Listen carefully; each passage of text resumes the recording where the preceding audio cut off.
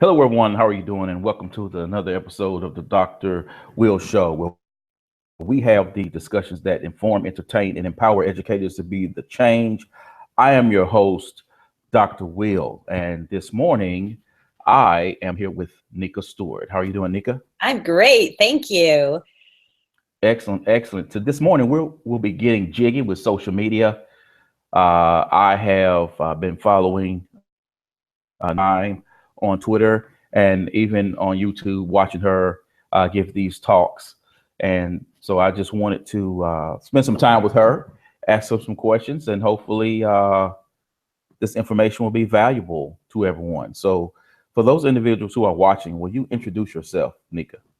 Sure. I am Nika Stewart. I'm the CEO and founding partner of Ghost Tweeting. We are a social media agency, a digital marketing agency helping thought leaders and entrepreneurs create amplification platforms to get their message out in a really big way. Awesome, awesome. So how did you get into social media? That's such a good question. So let's see. I actually was always running my own business. I've always been an entrepreneur and looking for ways to market and get in front of the right people. And when social media came on the scene, let's see. I guess I started about 9 years ago, dabbling in different platforms.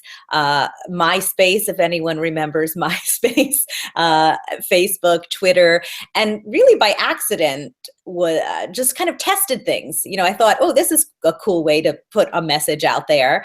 And I would just test things and fail a lot of the time and succeed at a few things. And I realized quickly that the things that were working, I should do over and over again.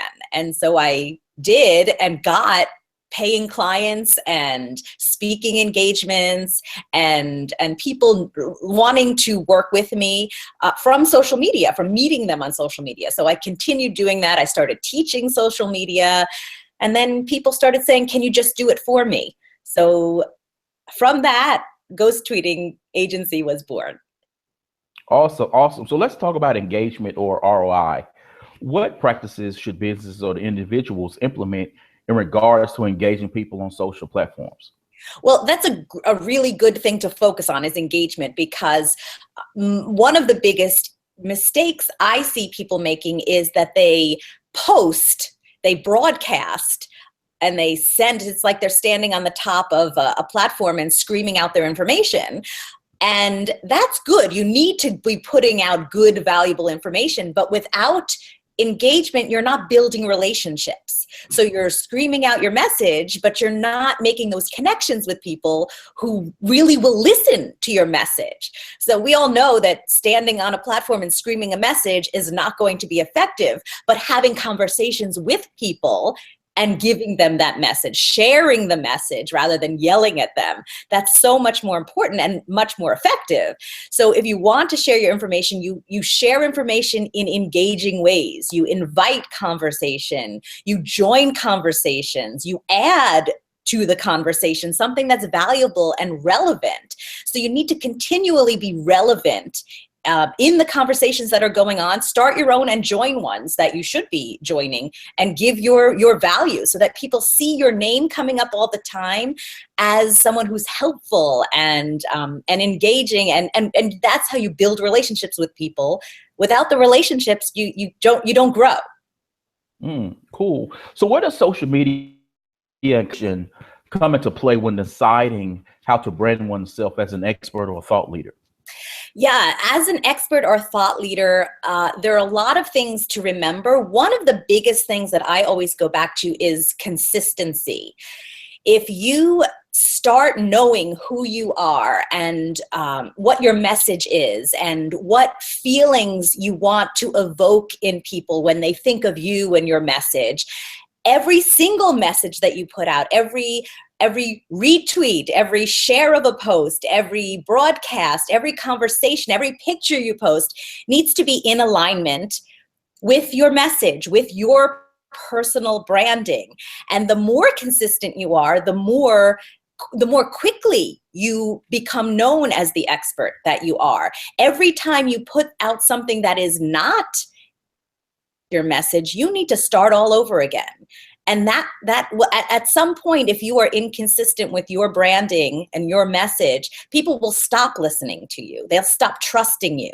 So you want to remember that every time you post on social media, be who you are, be the person, the change, the message, whoever you are, whatever message you want to put out there, be that with every single post, with every single share, every time you're out there. And then people will start associating you with this message. And that's how you quickly build your expert status. Awesome. So speaking of content creation, is there a golden rule for SEO? Which rules or standards do you live by? SEO is a great term. I think a lot of people associate search engine optimization with their own website. And even if you don't have a website, if you're looking to promote yourself as a professional, as an expert, what's great is that all of the social platforms, LinkedIn, Twitter, Facebook, they come up very high in the search engines. So if people are going to put in your name and look for more information about you, your social sites, your platforms will come up very high in the search. So you want to make sure that your bio looks terrific, that shows you who you are. The last post that you put out, or a post that has your keywords in it, your message, you want to make sure that that's appropriate and shows you off as an expert. So yeah, if people are typing in, because we all, especially if you're looking to get another job, or if you're looking to be hired for any kind of speaking engagement or consulting, people will type you in to Google, and you want to make sure that what comes up is again, totally in alignment with who you are. So people say, oh yeah, what they said they're going to say, that's who they are. This is who you want to show up as the expert. So social platforms are really great for getting your name out there, especially in the search engines. Cool. So now let's jump into live video. Cause on YouTube, I've seen some talks, videos that you've actually done talking about Periscope. Where does live video such as Facebook Live, Periscope, and YouTube Hangouts fit into one's social outreach strategy? And what has been your experiences with live video? My experience, I'll start with that, is that live video is very effective in connecting me with other people. I think I have seen the progression go from posting words to posting pictures, and pictures are more attractive than simply just words. A picture speaks 1,000 words. If you post a picture of yourself, people then can feel more of a connection. They can see who you are. They can look in your eyes and decide if they want to work with you or be with you or learn from you. Then we went to video, which was even more of a way to connect with people, because not just a snapshot, but a whole, now I can see what the person is like when they're talking, and I feel more of their energy. So I know if I feel connected.